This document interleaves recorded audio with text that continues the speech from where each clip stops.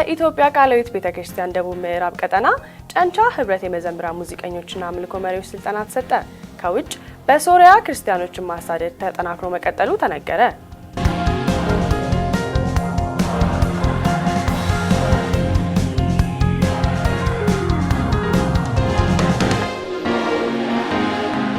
ሰላም ውድ ሕይወት ቲቪ ተመልካቾቻችን ከአባታችን ከእግዚአብሔር ከልጁም ከኢየሱስ ጸጋና ሰላም ለእናንተ ይሁን። የዕለቱን መረጃዎች ይዘንላችሁ ቀርበናል። መረጃዎቹን ወደ እናንተ ማደርሰው እኔ ቱሚን ብርሃኔ ከመላው ሕይወት ቲቪ የስቱዲዮ ባለሙያዎች ጋር በጋራ በመሆን ነው። አብራችሁን ቆዩ። በኢትዮጵያ ቃላዊት ቤተክርስቲያን በደቡብ ምዕራብ ቀጠና ጨንቻ ህብረት የመዘምራን ሙዚቀኞችና አምልኮ መሪዎች ስልጠና ተሰጠ። ባልደረባችን ሮማን ከሊል ተጨማሪ አላት።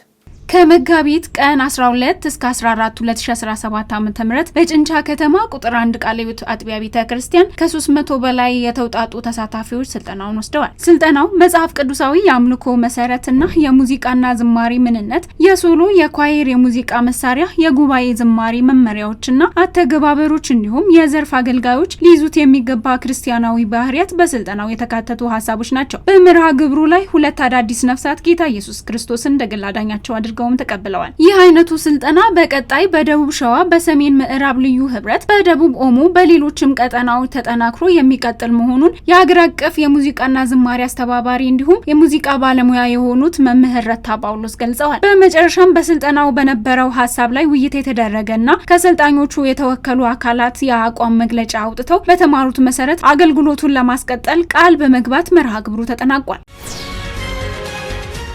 በኢትዮጵያ ቃላዊት ቤተክርስቲያን በኦሮሚያ ክልል ምዕራብ ጉጂ ዞን በቡሌ ሆራ ከተማ መንፈሳዊ ኮንፈረንስ ተካሄደ። ባልደረባችን ጽጌረዳ አለሙ ተጨማሪ አላት።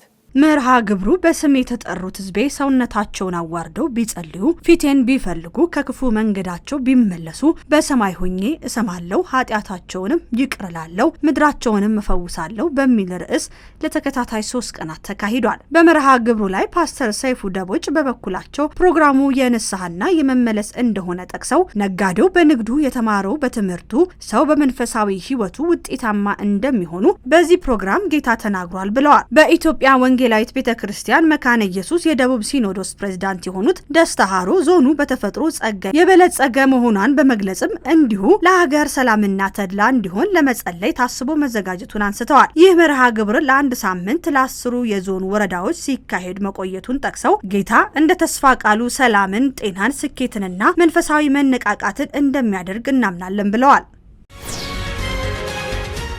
በኢትዮጵያ መካነ ኢየሱስ ማህበረ ምዕመናን ቤተክርስቲያን የልብ ቁስልና የውስጥ ስብራትን የማከም ስልጠና ተሰጠ።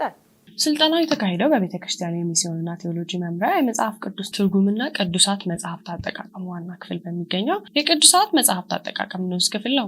የልብ ቁስል ወይም ትራማ የምንለው ስነ ልቦናዊ ክስተት ቁስል፣ ስብራት፣ ጉዳትን ያመለክታል። ይኸውም ቁስል ሰዎች ለጦርነት፣ ለሁከት፣ ለጥቃት፣ ለተፈጥሯዊና ሰው ሰራሽ አደጋዎች የሚሰጡት ጥልቅ ስነ ልቦናዊ ስሜታዊ ምላሾችን ያመለክታል። ስልጠናው መጽሐፍ ቅዱሳዊና የስነ ልቦና መርሆችን በማቀናጀት ሰዎች ካለባቸው ውስጣዊ ቁስል ቀውስ ግለሰቦችና ማህበረሰብ እንዲያገግሙ ወይም የመቋቋም አቅም እንዲያዳብሩ የሚረዳ ነው። ስልጠናውን የሰጡት የቤተክርስቲያኑ አገልጋይ የሆኑት ቄስ አለሙ በዋሳ፣ ህሊና ታደሰና ብልቂቱ ምትኩ ናቸው።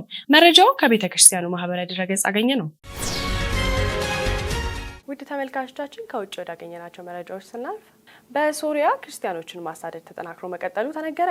ባልደረባችን ሮማን ከሊል ተጨማሪ አላት። ከበሽር አልሳድ መንግስት ውድቀት ወዲህ በሱሪያ ክርስቲያኖችን የማሳደድና አግላይ ድርጊቶች ተጠናክረው ቀጥለዋል። በርካታ የሀገሪቱ ከተሞች አሁንም ድረስ አካላዊ ጥቃት የሚደርስባቸው ክርስቲያኖች ቁጥር ቀላልም አይደለም። ከዚህ በተጨማሪ ቤተ ክርስቲያናት ይቃጠላሉ፣ በርካታ ሶሪያውያን ክርስቲያኖችም ይሰደዳሉ። በተለይ ደግሞ በሀገሪቱ ያለው ኢኮኖሚያዊና ፖለቲካዊ መስቀልቅል ለሃይማኖትና ጾታ ተኮር ጥቃቶች ተገቢውን ትኩረት እንዳይደረግ እንቅፋት መሆኑን ታዛቢዎች ይናገራሉ። በፖለቲካ ርዕዮተ አካታችና ለዘብተኛ አቋም እንደሚኖረው የሚነገርለት አዲሱ የሀገሪቱ መንግስት ሁኔታውን በመቃወም ድምጹን ማሰማት እንደሚገባው የሰብአዊ መብት ተሟጋች ግለሰቦችና ተቋማት ሀሳብን በመስጠት ላይ ይገኛሉ። የእርስ በርስ ጦርነቱ ኢኮኖሚያዊና መሰረት ልማቷን ያደቀቀባት ሶሪያ ክርስቲያን ዜጎቿ የሚደርስባቸውን የሰብአዊ መብት ረገጣ ከኑሮ ውድነቱ ጋር ተዳምሮ በእንቅርት ላይ ጆሮ ደግፍ ሆኖባቸዋል ተብሏል። በሐዋርያት ዘመን በወንጌል የተደረሰችው የሶሪያ ምድር ዛሬም አማኞቿን